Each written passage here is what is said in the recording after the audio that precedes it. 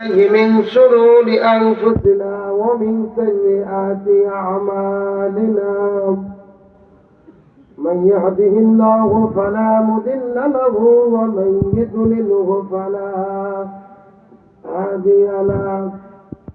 ونشهد أن لا إله إلا الله وحده لا شريك له. ونشهد أن محمدا عبده ورسوله. فقد قال الله تعالى في كلامه المجيد وفي فرقانه الحميد. زبان كل সকলে পড়ে আউযু বিল্লাহি মিনাশ বিসমিল্লাহির রহমানির রহিম।